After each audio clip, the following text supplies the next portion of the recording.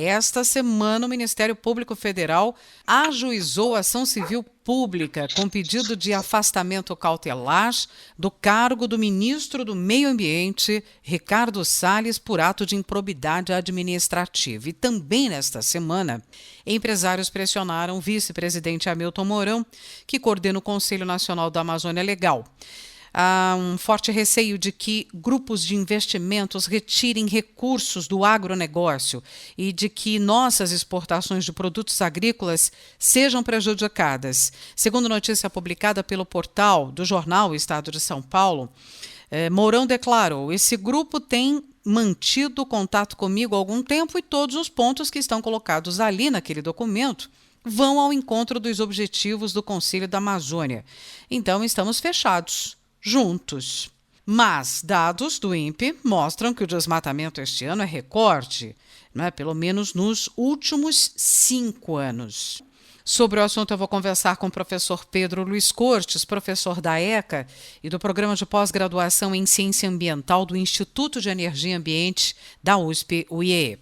Tudo bem, professor? Bom dia. Bom dia, Roxane. Bom dia, ouvintes. É um prazer falar com vocês. Professor, como é que o senhor avalia a atual situação? Bom, Roxane, a coluna de hoje poderia chamar Nós Avisamos. Dentre as 155 colunas já realizadas, contando com esta, em diversas delas nós tratamos do prejuízo que o descaso com as questões ambientais poderia gerar às nossas exportações de produtos agrícolas. Inclusive, recentemente, comentamos sobre a possibilidade de o ministro Ricardo Salles ser substituído. E sobre a ação civil pública por ato de improbidade administrativa, com pedido de afastamento cautelar do cargo do ministro do Meio Ambiente, o Ministério Público alega que o poder público está vinculado ao dever de proteção de bens que ele se dispôs a promover. E os agentes públicos devem estar comprometidos, inclusive, com suas práticas e discursos, com a efetivação dos mandamentos constitucionais e legais sob pena de responsabilização. Então, para o Ministério Público, o ministro Ricardo Salles promove a desestruturação de políticas ambientais e o esvaziamento de preceitos legais mediante o favorecimento de interesses que não possuem qualquer relação com a finalidade da pasta que ocupa. Nós já havíamos comentado recentemente sobre essa possibilidade. A atuação do ministro Ricardo Salles vem desagradando vários parlamentares, vem desagradando o agronegócio, mas parece que isso ainda não era motivo suficiente para a sua substituição. E parece também que recentemente passou a desagradar o ministro Paulo Guedes, ou seja, dentro do próprio núcleo do governo já há uma insatisfação grande com a atuação do ministro. Cabe esperar aí uma decisão do presidente Bolsonaro em relação a uma possível substituição do ministro.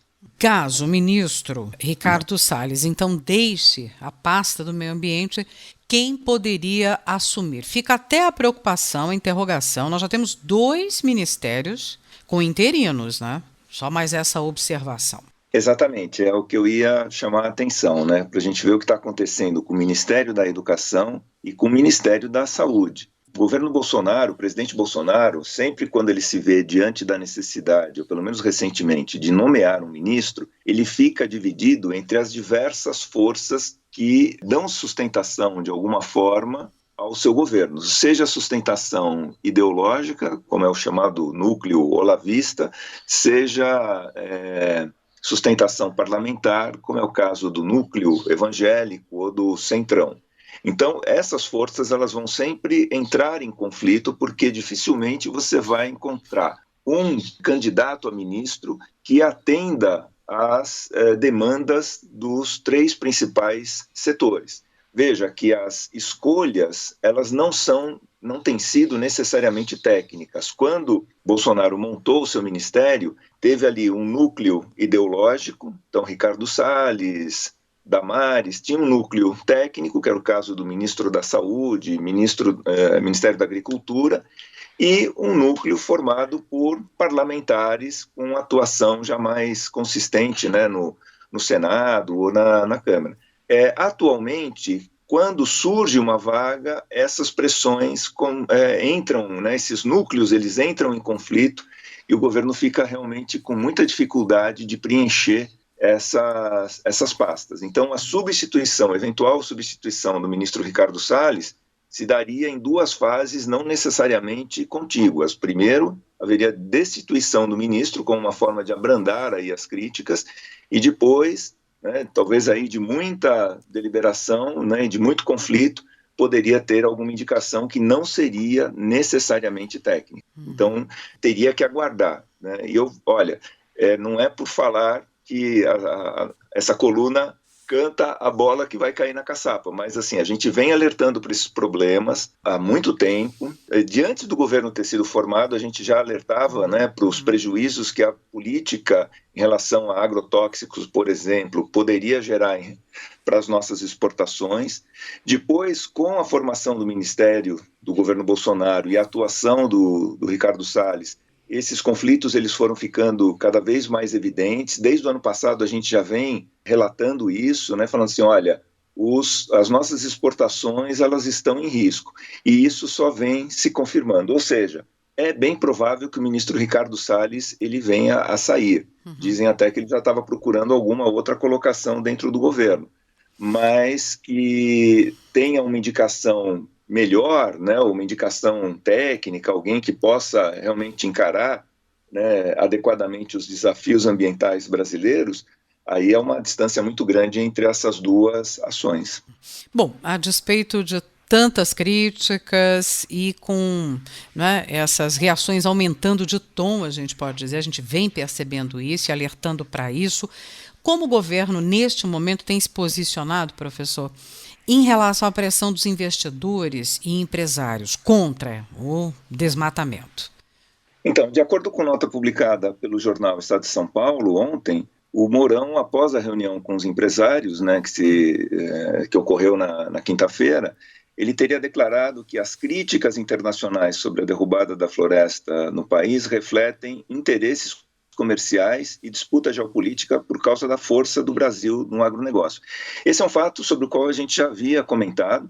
Efetivamente, há uma preocupação em relação a isso, né? Nós já alertávamos para o fato de que, após essa crise de saúde, né, da Covid-19, nós teríamos uma crise econômica. Logo, né, que entrou o período de quarentena, nós já alertávamos para essa questão da crise econômica e também já alertávamos, né, a gente vem alertando para o fato de que o mundo vai emergir mais protecionista, principalmente a União Europeia, porque ela vai, obviamente, privilegiar a produção agrícola local para reativar a sua economia e também atendendo a demandas eleitorais, como é o caso da França, né? Tem eleições agora esse ano. O setor agrícola na França é muito organizado e, obviamente, está pressionando o governo. Então, a gente não pode desconsiderar essas forças geopolíticas. Mas, na prática, Roxane, o que o governo brasileiro vem fazendo é dar munição para que, efetivamente, essas forças geopolíticas elas possam agir. Que o Brasil ele é competitivo no agronegócio, isso todo mundo sabe, ele consegue colocar produtos de qualidade no exterior a um preço extremamente competitivo, e o que o governo tem feito, na prática, ao longo aí desse 1 ano e meio de mandato, é conspirar contra o agronegócio organizado, porque com esse tipo de ação, ou falta de ação, né, deixa de combater o desmatamento na Amazônia, né, tem um descaso em relação à fiscalização ambiental e uma série de outras questões ambientais que são relegadas ali a um último plano, ele, na prática, ele está dando munição para que essas políticas protecionistas, elas ganhem mais força ainda e se justifiquem. Ainda mais assim, olha, nós estamos, na prática, ao combater a importação de produtos brasileiros, nós estamos combatendo o incêndio na Amazônia, o desmatamento na Amazônia. Então, o que o governo diz, né, que pretende mensurar os avanços contra o desmatamento agora no segundo semestre e, conforme o caso, reativar o Fundo Amazônia. Só que, infelizmente, ele chega tarde mais uma vez, porque o desmatamento ele já vem ocorrendo de maneira muito intensa, como você mencionou na abertura da coluna. E vamos continuar acompanhando com preocupação esse assunto. Professor Pedro Luiz Cortes, professor do Programa de Pós-Graduação em Ciência Ambiental do IEE, sempre às sextas-feiras com a gente. Esses temas publicamos no portal e também no canal no YouTube. O Ambiente é Nosso Meio. Passa por lá e confere e compartilha. Obrigada, viu, professor? Até a próxima semana. Eu que agradeço. Uma boa semana a todos.